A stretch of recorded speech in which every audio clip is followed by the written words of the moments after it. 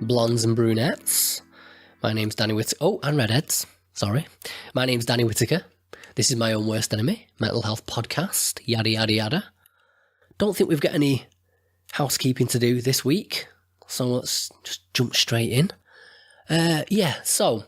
Right, last episode we were talking about suicide with Professor Rory O'Connor, and as part of that discussion we were talking about the importance of communication in helping prevent suicide. So, ideally people have family and friends they can turn to talk to when they're going through a difficult time or whatever. But, some people don't have those people there. And some people do have those people there, but they just don't feel comfortable talking about those kinds of things with their nearest and dearest. So that's where crisis lines come into the picture. So in the US, you guys have got the National Suicide Prevention Lifeline. And in the UK, we've got the Samaritans. I was curious to speak to somebody who volunteers for one of these organisations, somebody whose job it is to regularly spend time talking to people who are going through difficult periods and who are maybe even suicidal, and just what that's like and how you deal with that particular responsibility. So, my guest today is Jenni McCartney. Jenni has been a volunteer at Samaritans for more than 30 years and in 2015 was elected Chair of Trustees, representing the charity's 21,000 volunteers. As part of her role, she writes a blog for Samaritans' internal website. She delivers speeches at the Council of Samaritans and at branch AGMs, and she spends time travelling around the 201 branches located throughout the UK and Ireland to meet with volunteers and help spread the word. In recognition of these efforts, Jenni has been awarded the CharityCom's Inspiring Communicator Award for her work engaging with volunteers and for representing Samaritans in the media. In today's episode, we learn about the history and formation of Samaritans, how and why Jenni first became a volunteer, and more importantly, why she decided to stick with it for more than 30 years. We explore the most common reasons people turn to Samaritans, how it evolved from a suicide prevention line into an emotional support service that anybody could call for any reason, why Samaritans' policy is primarily to listen without giving advice, and how this approach can often be more effective in helping callers find the answers they're looking for. We also explore what it's like to be a volunteer, answering calls, what's involved in the training process, what you actually say and do when a call comes in, how you learn to help other people deal with their negative life experiences without letting it affect your own emotional well-being, but ultimately, how listening to other people's problems is, more often than not, a rewarding experience for both parties. You can follow Jenni on Twitter. She's at Samaritans Jenni, and that's Jenni with an I, not a Y. If you need to contact Samaritans, their number, by the way, is 116123. That's for the UK and Ireland. And you can also drop them an email at jo@samaritans.org. Also worth noting, before we dive into this, when we did this interview at a Samaritans conference up at Lancaster University, pretty cool really. When I got there, there's just loads of people there, hundreds of people who were all just people who are just there for the sake of wanting to help other people, which was kind of pretty inspiring really. However, right, for most of the interview, everyone was kind of in watching a presentation, I think, so it was nice and quiet. But then about 45 minutes in, hundreds of people come piling out of this presentation for like a coffee break or something. And Christ, were they noisy. I don't know, maybe it's because they spend so much time listening to other people that when you get them all together at the weekend, they turn into bleeding chatterbox and you can't shut them up. But I suppose we have to let them off. They are saving people's lives after all. But yeah, the last 15-20 minutes of the interview, there's quite a lot of background noise and you're just going to have to put up with it because there's no way I was going to be able to edit all that out. Well, I probably could. I just couldn't be bothered, really. Anyway, all that said, I think it's a pretty good one. Gives a good insight into how not just like the organisation works, but yeah, kind of what it takes to be a volunteer. I think you'll enjoy this one. So anyway, without further ado, please enjoy my conversation with Jenni McCartney. Jenni McCartney, welcome to the podcast. Thank you very much. I'm really pleased to be doing it. Yeah, finally got here. Been chasing you down for a few months. Very busy lady. Yeah, hard to pin down, and we've had to come. I've had to travel up to Lancaster to get you here today.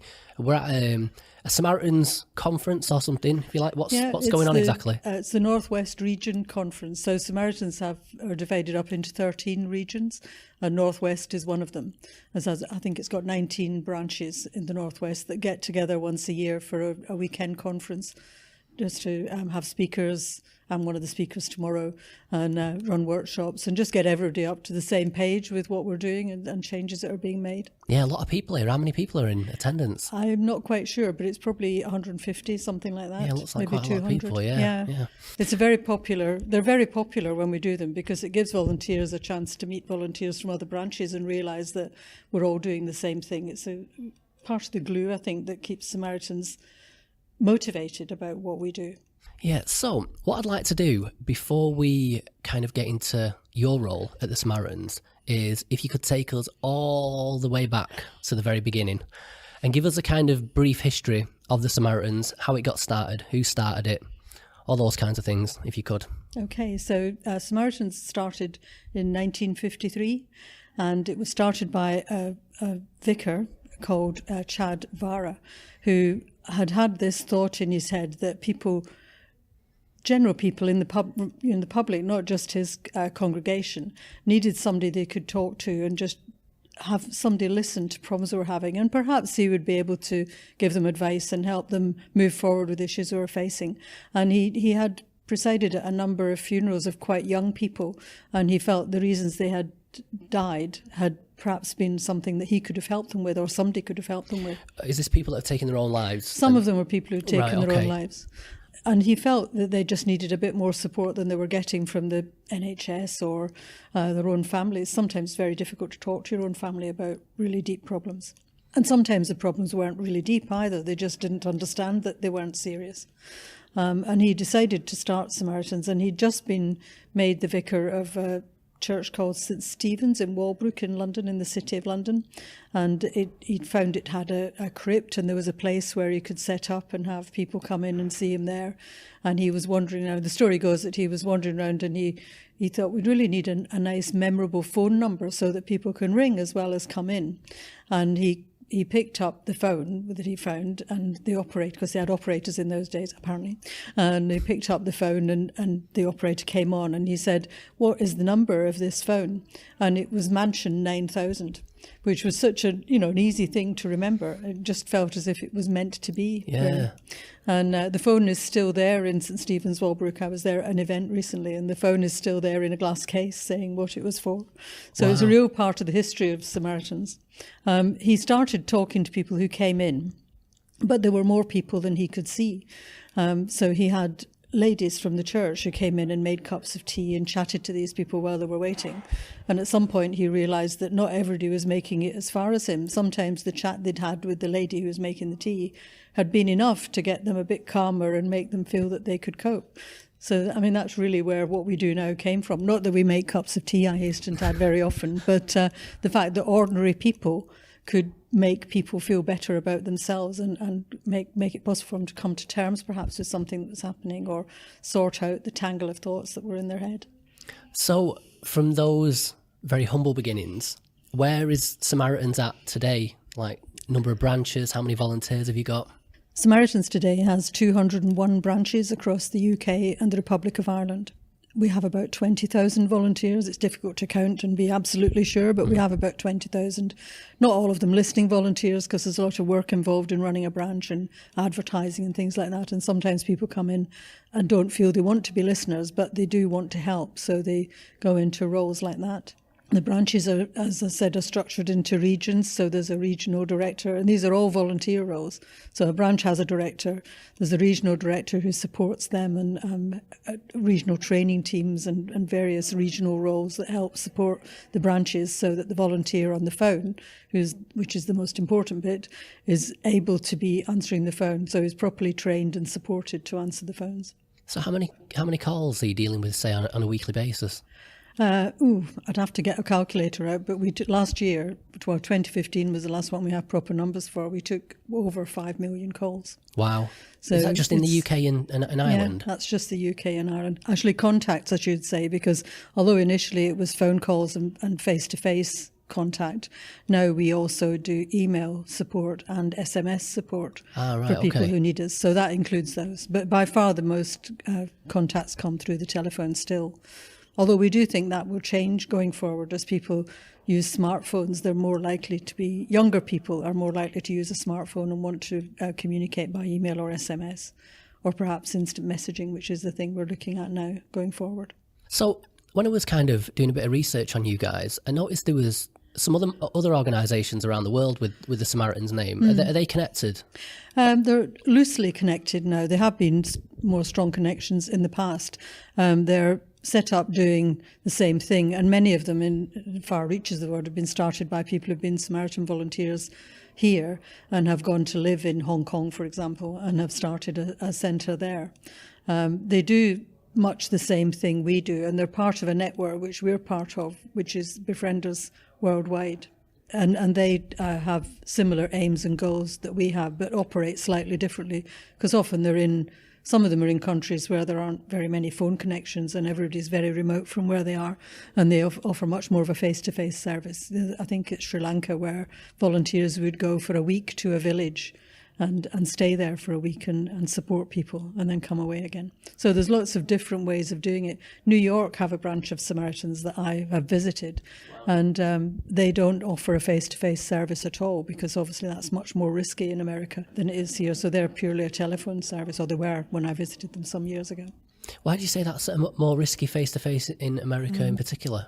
Because of the different gun laws in America. So a lot of suicides in America are by gunshot. So, although we want to support people, you don't want to put volunteers at risk. Of course. Yeah. Yeah, no, I was quite shocked when I first heard it. So there's a couple of incidents in kind of the history of the Samaritans that I'd like to, that I think are worth a mention. The first one being that, so Chad Vara broke with the Samaritans in the early 2000s, I think. And that was due to, he said he originally started the service as an emergency service purely for people who were feeling suicidal.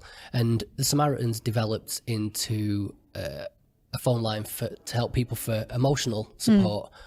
It seems for me that was probably the wiser decision to make, because I think the earlier you can talk to people, it's going to work more preventatively as a service. Yeah. Do you remember that incident taking place, and whether it was like a difficult time for the Samaritans? And it was. I was having been a volunteer for a long time. I was actually a vice chair at that time, so I was around when all that was happening at the sort of senior management level, if you want to call it that.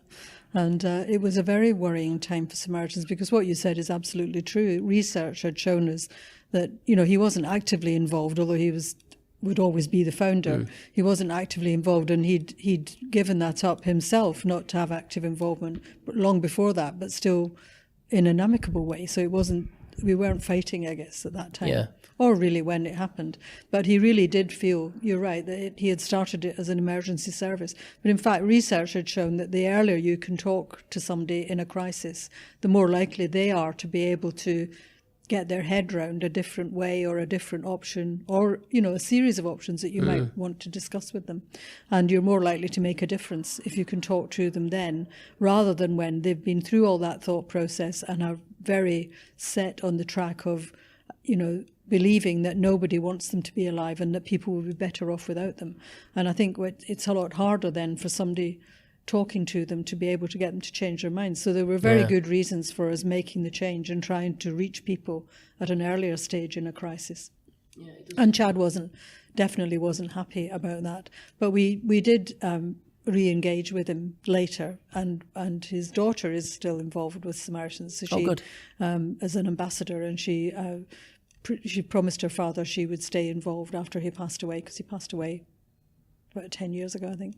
But she has stayed involved with us since he died, and has is a great supporter of ours, and it supports the work we're doing now. We're always you have to keep changing and looking at what's going on and making sure that you're relevant to today's society if you want to help today's people. And change in a big organisation is where everybody's very passionate about what they do. It can be challenging at times because obviously not everybody agrees with you all the time. Yeah. The other one is apparently, and I don't know if this coincided at all as well, but the Samaritans reported in 2004 that volunteer numbers had reached a 30-year low. I'm just wondering, do you know why that was, and have the numbers since recovered? Well, they've recovered and dropped again. They're dropping again now. So, okay. I think it was just a time when people were less inclined to be volunteering. Life was very busy. I can't remember really. I know we were finding it very difficult. And recruitment is quite challenging in Samaritans because we can't do it centrally. Samaritans work in communities and the volunteers come from communities. So branches have to do the recruiting and we can help them. Centrally we can advertise and we can provide links into the website now, which we couldn't do then, to allow people to make the first approach through the website. But at that time it was all done very locally. And I think it's a bit of a spiral down when we perhaps weren't very good at making sure people were aware of what we're doing. Yeah. So I think, it's just my opinion, because although I was around at that time, it's a long time ago. But I think that we have got much better now at raising awareness of the public. And while that's generally focused at callers, in fact, everybody who sees an advert finds out what we do and begins to develop an interest in it.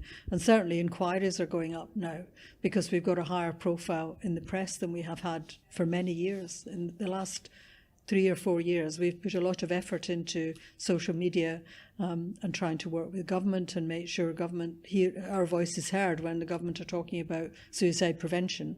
We want to make sure our voice is around that table because we've got experience since 1953 of talking to many, many thousands of people, probably millions of people who are suicidal. So, well, speaking of government, does the Samaritans receive any kind of government support or anything? No, we don't. We get occasional project work.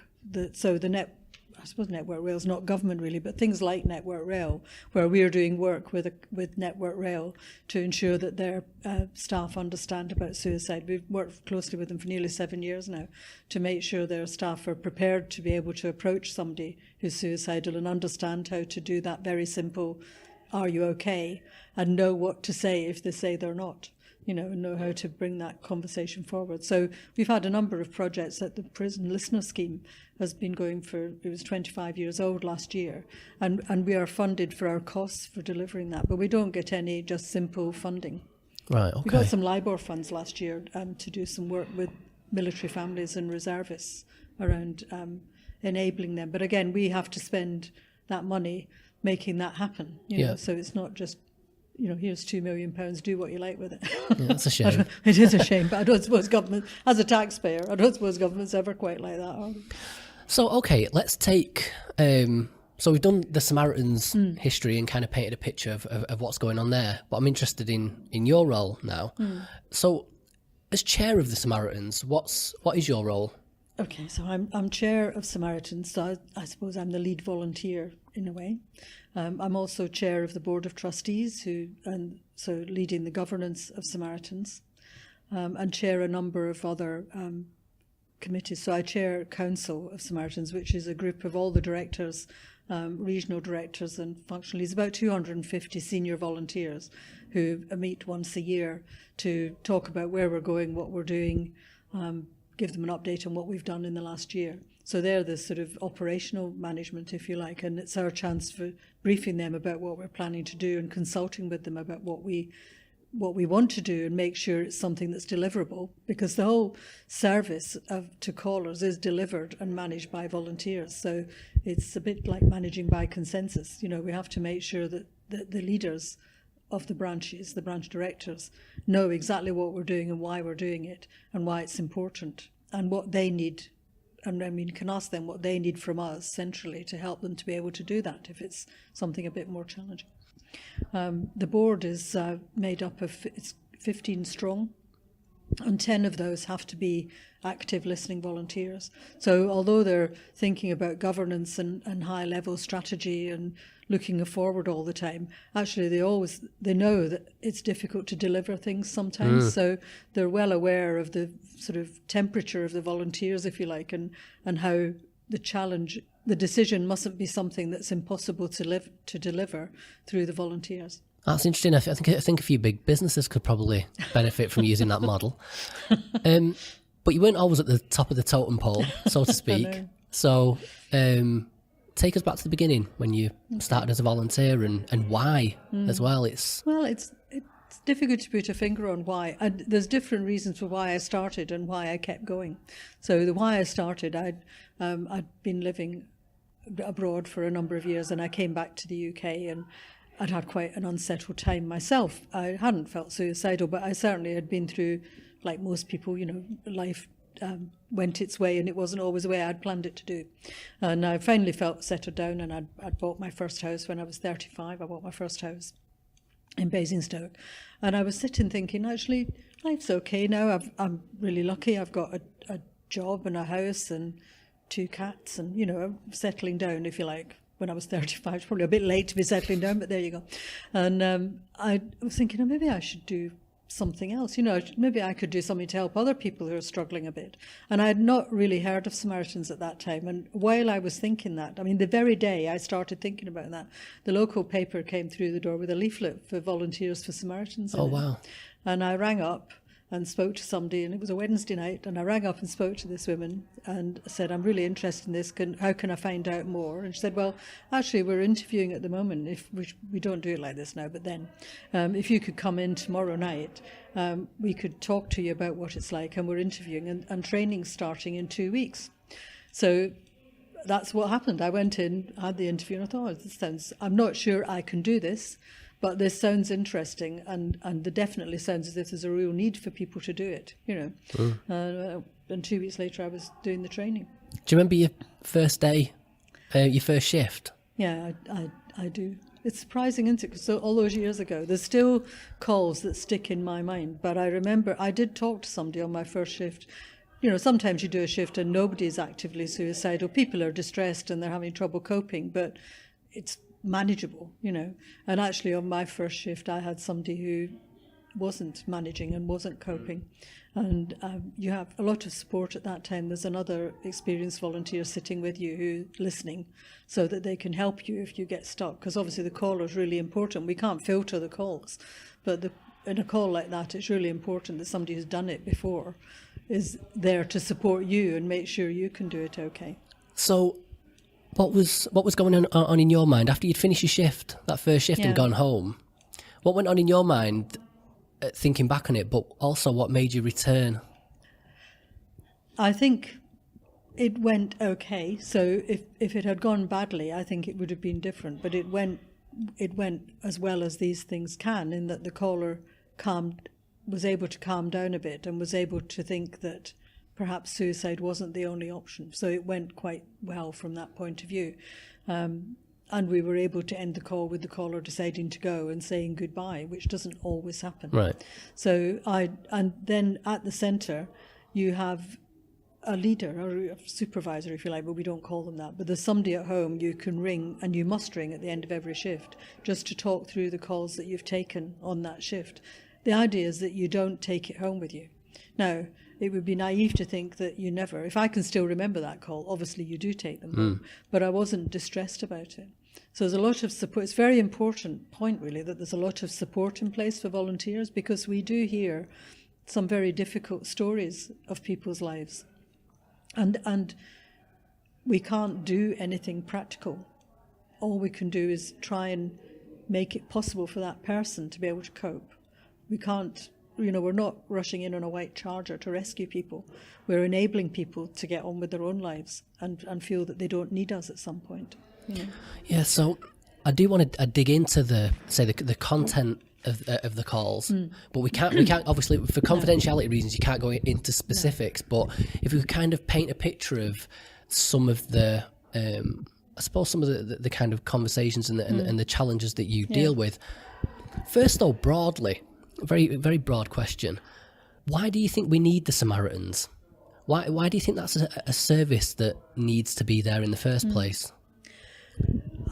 I think when we started, and even when I started, suicide still had a huge lot of stigma attached to it. And actually, it probably still does, although I don't think it's as bad as it was. But I don't think people felt there was anybody... If you're in a really desperate place, if all the... When you say broadly just describes the kind of things people talk to us about, because it's all the things that might go wrong in anybody's life. But sometimes they hit you at a point when you're not coping, or 2 or 3 of them hit you at the same time, and it's harder to see a way out of it. And that's generally, very generalised, but it's generally what makes it harder to cope with. If you've just lost your job and then your partner leaves you, and then you run out of money, so you lose your house, it gets harder and harder to bounce back from it, if you like, and recover from it. No, but I guess one of the things I mean, maybe more specifically, is whether there's kind of something wrong societally, or has there been a breakdown of family, extended family, just social networks that means that people feel that they can't talk to family and friends, and so they have to call this anonymous helpline.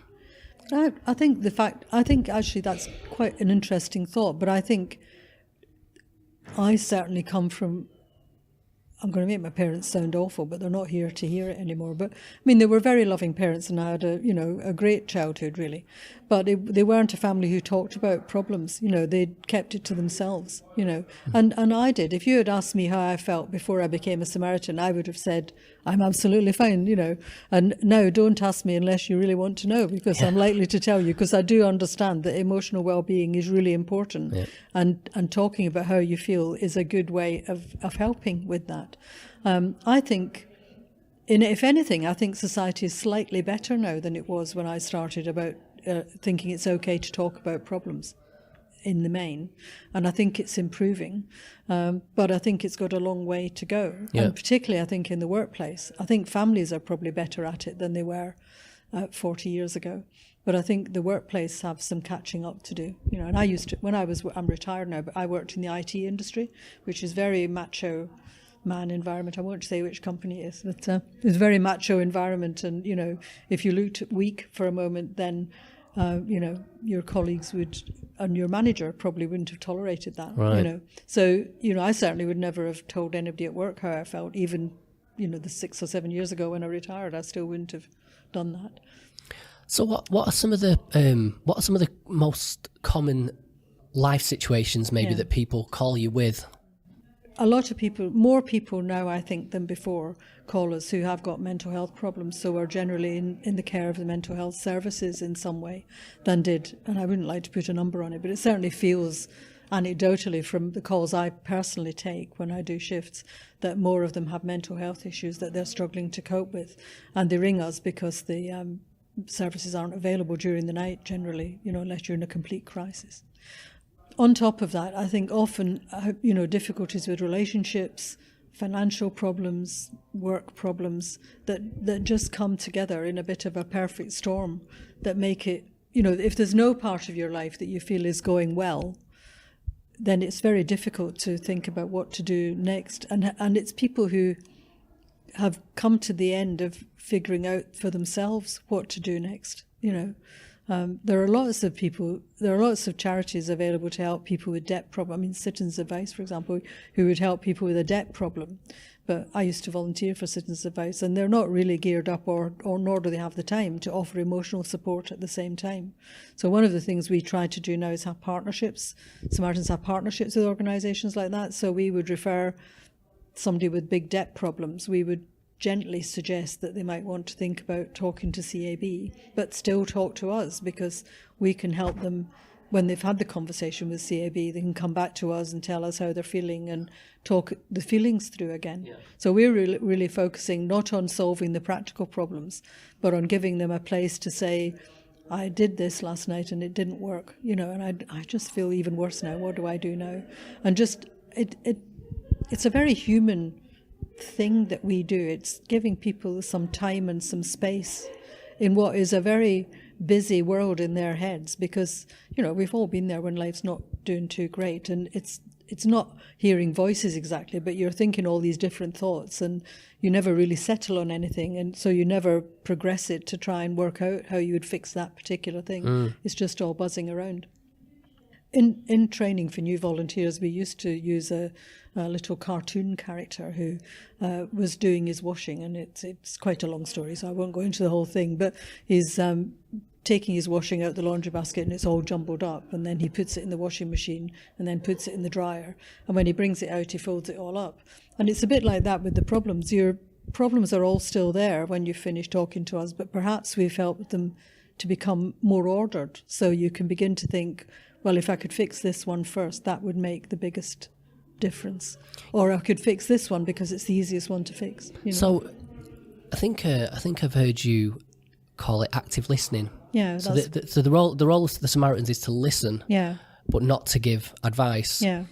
But if we could kind of go into a bit of detail about what exactly that means, especially the not giving advice thing, because I suppose on the face of it that might sound, well, what's the point in calling then? But well, when people ring us, when we pick the phone up, we all say the same thing. So we all say, when the phone rings, we pick it up and say, Samaritans, can I help you?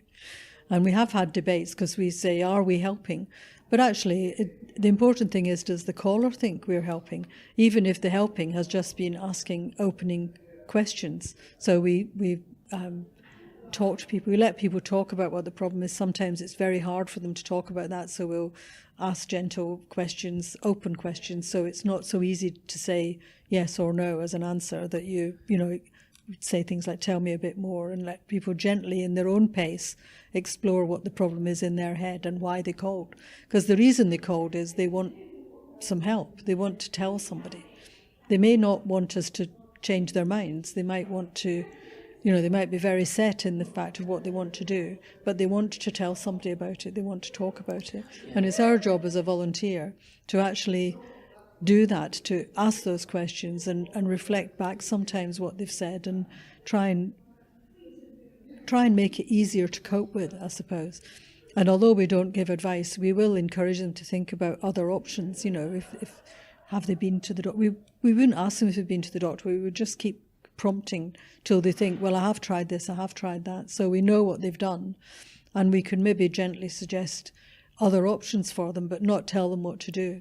So we don't give advice, but we talk about the different options that might be available to somebody. So there is an argument that it is a very therapeutic endeavour, in the sense that you are helping people actually just through kind of, I suppose, maybe almost acting like the person's conscience a little bit, and helping them untangle their own thoughts and consider their own options. Because I think, when you say we don't give advice and we're there to listen, I just wonder if some people worry that maybe, if I ring the Samaritans, is the person on the other end just going to be going, yes. Well, there is some of that too. Yeah. But, really, it's just, what we're doing is trying to encourage people that they're in a safe place. And the big thing is we're not judging them. Whatever they tell us, we might be shocked, because sometimes people do tell us things that are quite shocking, but we are not going to judge them for what they've told us. And probably less so now, but 40 years ago there were a lot of things that you didn't tell your family and your neighbours about. Not that there were sad things, just general things about your life. It might have been really hard to tell your family that you were gay, much less longer ago than 53, however many, 60 years ago, which is, we've been over 60 years now. And at that point, it would have been very hard to tell somebody you were gay. It was probably still illegal to be gay then, So they could come to Samaritans and tell them that, and nobody would gasp and go, oh my God, that's terrible, We would just say, fine, Well, you know what, on that note, do you ever find yourself talking to people who, either as a person or the story that they're bringing to you guys, it's kind of morally reprehensible? Maybe people are confessing to something that's maybe quite sinister or anything like that. Is the policy still to hear that person out and wow, okay, which is, I think, some of the hardest calls to, I don't know if the hardest calls, because there are much harder calls than that to take, but I think yes, we do. And we accept what they're saying. We don't go along with it, if you like. So we wouldn't. We really try to get them to focus in on why they're telling us that and how they're feeling about what they're doing, to try and put the responsibility back onto them if it's something very reprehensible. What about do you ever get any people being aggressive? Yes, we do sometimes get people being aggressive. And again, is that a case of finding out what kind of is going on underneath that? And I think there's a difference between them being, if they're shouting and yelling at us, and it's not just anger at the situation. That's the two differences. If it's anger at the situation they're in, we'll be very supportive of that and try and get them, because while they're feeling that they're not going to sort anything out. So we'll try and get them to talk about it in more detail. But if they're abusing us, then we would probably draw the call to a close at some point. We would challenge. It doesn't happen as often as you might think, actually. We were somewhat concerned when we launched Free Call that we might get an increase in that kind of call, but we haven't had an increase in that. I suppose that the biggest situation that a volunteer is going to face up to is, I believe, 1 in 5 callers is calling with suicidal feelings. Firstly, how do you deal with that logistically? Because again, I suppose just from my untrained perspective, is the first thing you want to say to the person is no. That's not the thing to do. But I'm guessing that's same with the not handing advice. That's not the Samaritan policy. So how do you deal with that logistically? Is it still a case of open-ended questions? It's very much a case of being open questioning, trying to get them to explore why they feel so bad, why they want to die. We offer help, so we say, do you feel you need to get help? Generally, people say no at that point, and we would just keep talking to them to try and get them to explore the situation they're in and how they're feeling about that, and again, what other things they could do. Because as I said, very often people who feel like that have all the things you could say to them, like, have you thought about your family? Have you been to the doctor? They will have done all those things. People don't come overnight to the idea that they're really going to take their own life. And they've generally tried to get help. And we would probably try and help get them to explore that a bit with us to see whether there was anything else they could do in terms of help and assistance. It may not be the right thing to say, but I have spoken to callers who, when they've described their life story and what has brought them to where they are now and what's happening to them now, I can really empathise with where they are. I sometimes, it's very hard sometimes, because I'm thinking, actually, if all that had happened to me at the same time in my life, I'm not sure how I would have coped. I might feel like you. And I think that's the important thing, that the volunteer can really empathise with the caller and be open-minded about what they're saying. And actually, we would accept an individual's decision to make their own decision, as long as they're, but we want to try and help them to do something different. I mean, our vision is that fewer people will die by suicide, but we want that to be because they choose not to. I think you can intervene, and sometimes a short intervention, which is it's not what we do, but you can sometimes, like the guy in London who was talked down off the bridge, if you remember, the man on the bridge in London who was about to jump, and a passerby who no knowledge of him just asked him if he was okay and helped him back over, because he was on the wrong side of the bridge barrier, helped him back over, and then this guy, member of the public, called an ambulance, and they came, and the guy was taken off to hospital. And he talks very openly about it. He's gone very public about what happened to him, because 5 years later he launched a search on social media and found the man. The man came forward who'd helped him. And I think we would love to be able to do that, but actually our calls now very seldom come from where we live, where we are in branches. The system that routes calls round so that with free call, so that more callers will get through to a volunteer, and volunteers will not be sitting waiting for a call when a caller is on the line trying to get through. Means that calls go all over the country. So we're not likely to know where they are if they're on a bridge, the chances are we won't know where the bridge is anyway. So we're generally would try and get them to the point where they feel they can get help for themselves, which is more empowering anyway than somebody sending an ambulance out to you in terms of the future. Oh yeah, I guess that because I think the policy of some organisations, some helplines would to be in moments of crisis like that would be to intervene. Yeah. But the kind of balancing act that the Samaritans got is you have to offer true anonymity to people, otherwise people aren't going to call. So is that the philosophy behind the true anonymity? Yeah. So we have a policy we call, probably quite unimaginatively now, self-determination. So we would almost always allow a person to make their own decisions. If we judge as part of self-determination that they're, well, imagine a scenario where a caller was in a centre with a volunteer and had taken pills before they came in. We may not want this to go public. So imagine that. Then you couldn't expect the volunteer to sit with them and watch them die. And we have a similar sort of scenario on the phone, although it's much less easy to do, where that if we believe somebody's become unconscious and we know where they are, which is the thing we very seldom do, know where people are, then we might try to get help to them. But it's very rare we would do that. Confidentiality is really important to our callers, and what we would do is not tell anybody what they're telling us. I think actually it's important to our callers that their friends and family or the people they work with don't know what's going on in their lives till they're ready to tell them, and we absolutely respect that.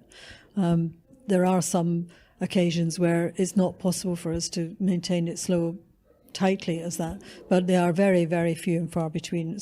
Maybe not even 1% of our contacts tell us anything. We're like any other organisation, we're not above the law. We have to abide by the law. But it's really important to us that people can be anonymous if they want to be.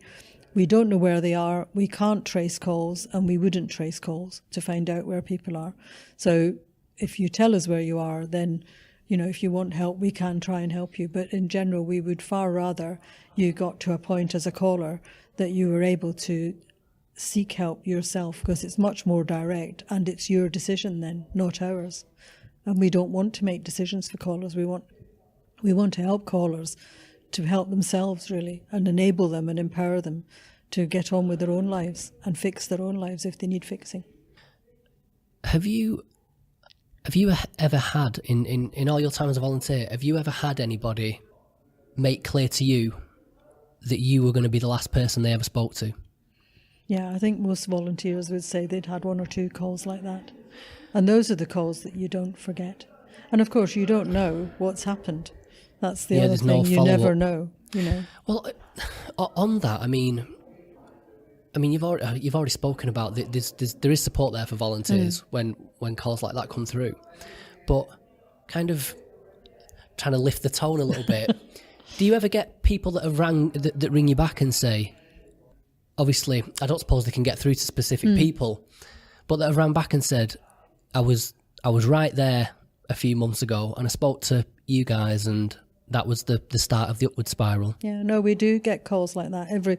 Most branches would say they've taken a call like that, and it might not be about a call that had been received in that branch, but that doesn't matter. We try to get the message out now and again that we've had some calls like that, because people don't often tell us their names. We don't know. And if they say, I rang up and I spoke to Jenni last week, well, there's probably an awful lot of Jennis in Samaritans, So but we do. And I have, before the phone system was able to distribute the calls so widely, I did have a call back in my branch from somebody who I really did think had probably gone on to take their own life. And they rang about 2 weeks later and said, they didn't speak to me, unfortunately, but got a message to me to say that they'd reflected after our call and had decided not to and were seeking help.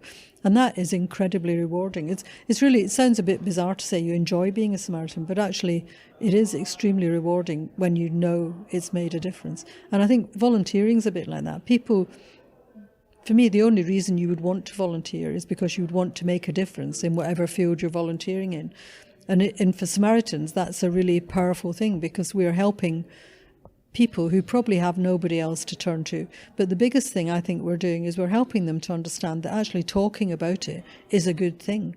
And if they then go on to talk to their family or their friends about it, then that is a success to me. And we talk about sometimes, we want people to ring Samaritans, but actually more importantly, we want everybody to begin to understand that talking about problems is a step on the road of recovering from them and making things better for themselves.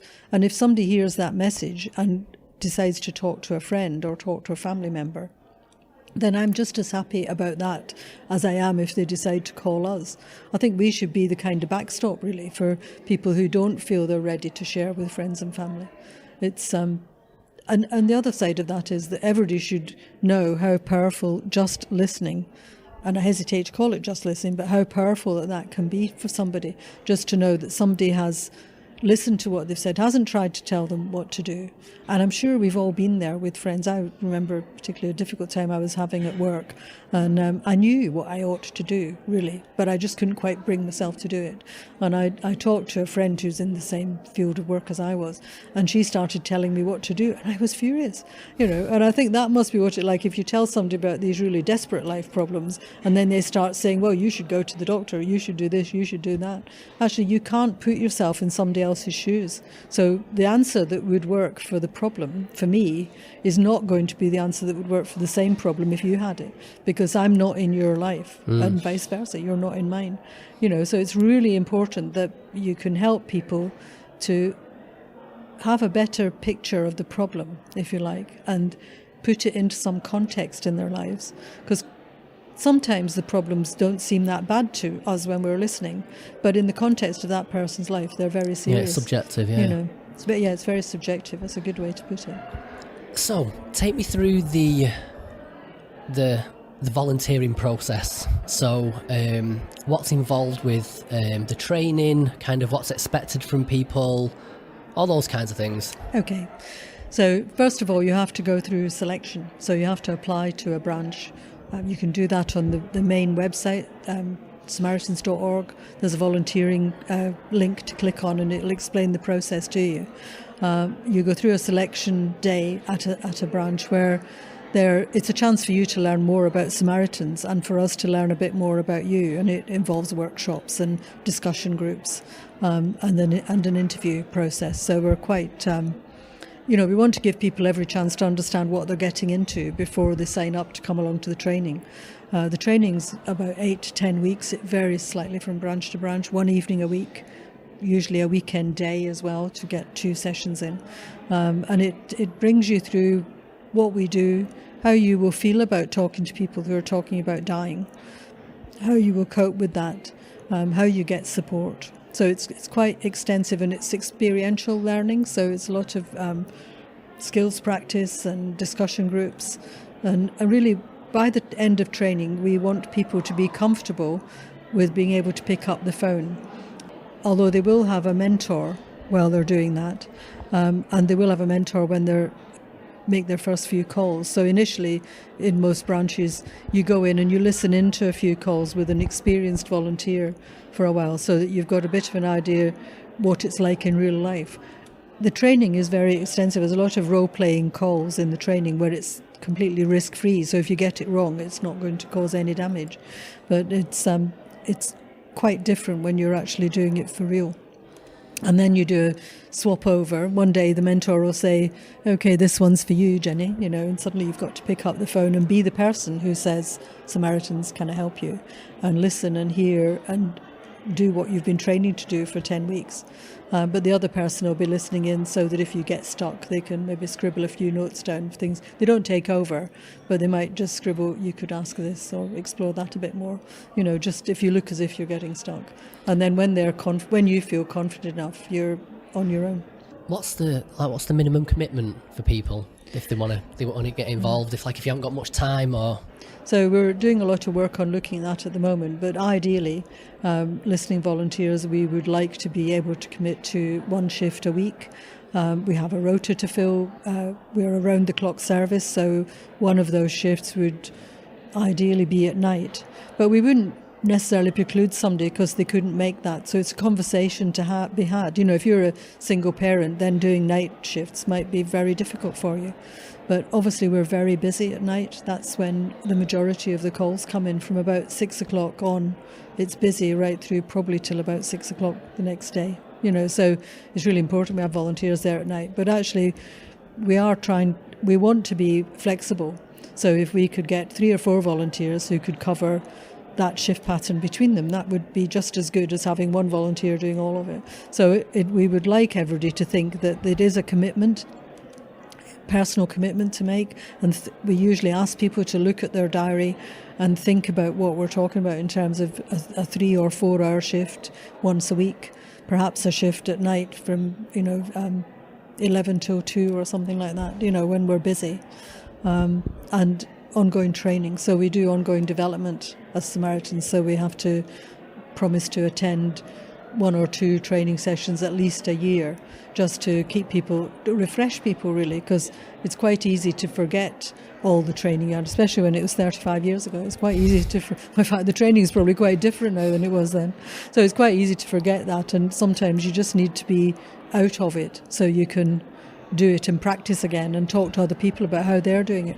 The biggest things I learn are when I'm on duty and I overhear another volunteer saying something to a caller, and I think, why didn't I think of saying it like that? That's the perfect way to ask that question. It's just about being aware of one another, and which is supportive as well. But, you can learn such a lot, particularly from new volunteers who are fresh out of training. They're probably better at it than us old lags who've been doing it for years and years, So for people that are maybe considering calling the Samaritans but maybe hesitant, kind of ask a few questions on their behalf now. So we've already covered the kind of the different formats of communication you use. So there's phone, there's text, there's email. And face-to-face. And face-to-face. Is that in every branch or just certain branches? Every branch does face-to-face, and it's not. So you have to check not all branches are open 24 hours a day, so they may not be open. So you need to check when they're open. But aside from that, and the website,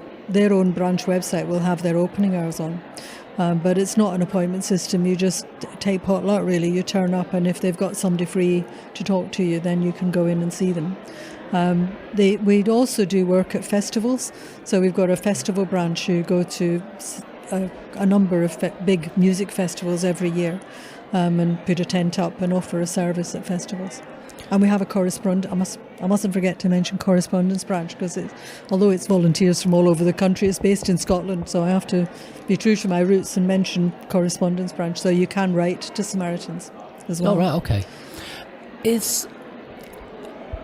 Well, I know the answer to this. There's not a minimum threshold for of what you're going through. There's nothing too ridiculous. No, absolutely not. If it's causing you concern and it's affecting how you cope with your life, then you should call Samaritans about it, because you will get a good hearing, I suppose, a good listening to. So we're not, saying you have to be this bad before you can call us, because how are you going to judge that? And more importantly, how are we going to judge that? We can't judge that. So if there are things going on in your life that you're finding it difficult to cope with, and you think it would be easier to talk to a stranger about it, then you call Samaritans. But the biggest message is that talking about these problems is really helpful emotionally to you, and in moving forward in life, it's really helpful to you. Is it free? Is it free to call? It's free to call. So the phone number is 116 123, and that's the same in the Republic of Ireland as well as the UK, the whole of the UK. What would you say to somebody who's thinking, you know what, I could do with somebody to talk to, but I'm just really embarrassed. It's just not my thing. I just feel it'd be too awkward. Or what would you say to those people? I think I would say, please try to get over that. Nobody's going to judge you. We're going to accept you for who you say you are, what you say you are, and we'll listen to the problem and try and help you work out how to get better. And nothing is too ridiculous if it's causing you concern and it's making it difficult for you to cope with life. it's of interest to us. We want to try and help you work through that if we can. I mean, a lot of people who call us say they're a bit shocked and embarrassed that they're, talking to Samaritans. But actually, Samaritan volunteers are just ordinary people from all walks of life who just want to try and do something to help other people, to make a difference to other people in some way. And, some of them have been callers in the past, and all of us, perhaps I shouldn't say that, there's 20,000, but I can certainly personally say that there have been times in my life when I would really have welcomed having somebody to talk to, and there was nobody there. And it brings me back to my reason for still being a Samaritan. When I lived in Germany, my landlady at the time took her own life in the cellars where we lived. And at the time, I had tried to support her. Actually, that's not really true. I didn't know how to support her. I didn't know about Samaritans. She was an alcoholic, and she had talked about some of the things that had gone on in her life to me, but I didn't really know how to deal with that and cope with it. And she finally just got too much for her, and she took her own life. And actually, that is why I'm still a Samaritan, because once I'd learned what Samaritans do and had talked to callers and seen what a difference it could make sometimes to just talk to somebody, I thought if only I had known about that when I was living in that flat above Helga, because Helga needed a Samaritan, definitely. And I probably couldn't have done it then because I hadn't had any training and I didn't really understand what a difference it could make. But now I do. If I could turn back the clock, I would talk more to Helga and listen more to her, encourage her to talk to me. Yeah, and I think to just take advantage of the anonymity. Yeah. And you can always put the phone down if it gets too awkward. You don't have to stay on the phone, and also you don't have to get straight in there with what's really troubling you. You can start off slowly and get a feel for it. So just very often people find it very hard to get started. So part of the training really is just to gently actually slow things down a bit and say there's plenty of we say things like there's loads of time. Just try and tell me a little bit about you, just to get. Sometimes I think it's almost you don't want to hear the sound of your own voice almost. It's quite hard to say those first few words.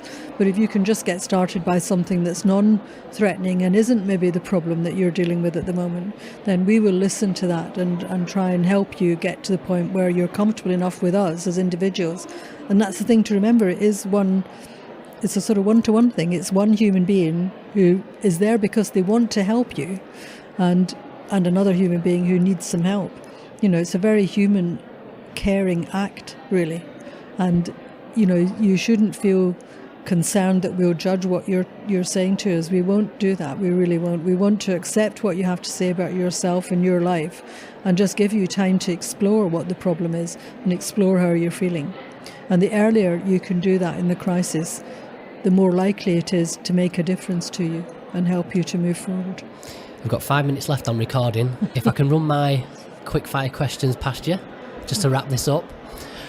Firstly, do you have any book recommendations, either on this topic or just anything that you might be of any help to listeners in general? No, I don't think I do, actually. I think we're more talkers than What about readers. just a good fiction book to help somebody get out their own head? Have you got any recommendations there? No, sorry. Okay. And I am a reader, so that's a bit of advance warning if that would have been helpful, because I could have come up with one there. What, if anything, keeps you up at night? About Samaritans? Anything in general? Yeah.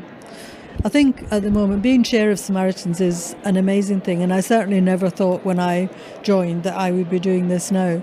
So for me, it's making sure, what keeps me up is, am I doing enough to make sure that Samaritans can do another 60 years?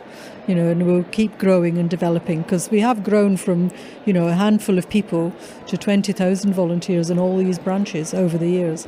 And I just want to make sure we can keep growing, because the need is not getting any less. Over 6,000 people took their own lives in the UK and Ireland last year. And that is it's an increase, it's going up. So the need for us and the need for support like this is not getting any less. So that's what keeps me awake. Am I doing enough? Well, it sounds like you're doing pretty good at the moment. For all the listeners there, that's all Samaritans you can hear in the background there. Yes, I know. We do talk a lot when we're on our own. What's the best piece of life advice anyone's ever given you? I think the best piece of life advice I have been given was a friend who actually said, try to be in the moment. And actually, it's quite recently, I did some mindfulness training recently, and that being in the moment and not wasting today worrying about what might happen tomorrow, is the best thing I think that I've had, and it's fairly recent. Well, I'll give a book recommendation on that topic then. Try The Power of Now by Eckhart Tolle. That's exactly on that topic. Final 3. What mistakes do you continue to make despite knowing better? I don't ask for help often enough. So when I'm having a tough time, either doing this or anything, I still tend to keep it to myself until somebody asks. If somebody asks me, I will talk about it. But I live on my own, and I mean, it's just the simple things like not feeling very well, and I lie on the sofa for 3 days not feeling very well, and then a friend will ring up and say, "Hi, how are you?" And I'll say, "Oh, I feel really terrible," and say, "You were ill. Why didn't you ring me?" So I think it is seeking help. I think if people come and ask me for help, I will tell but I'm not very good at saying, actually, I'm struggling a bit, I need some help. Outside of family and career, what investment of time or money has brought you the most joy or fulfillment? Travelling. I love travelling. And that's something I haven't been able to do as much of while I've been doing this. But I like, not necessarily exotic places, but I like cities. I like to go to new big cities and explore them, and museums and art.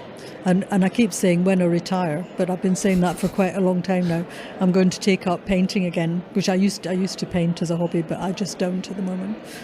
But I think actually it's travelling and meeting new people and new places.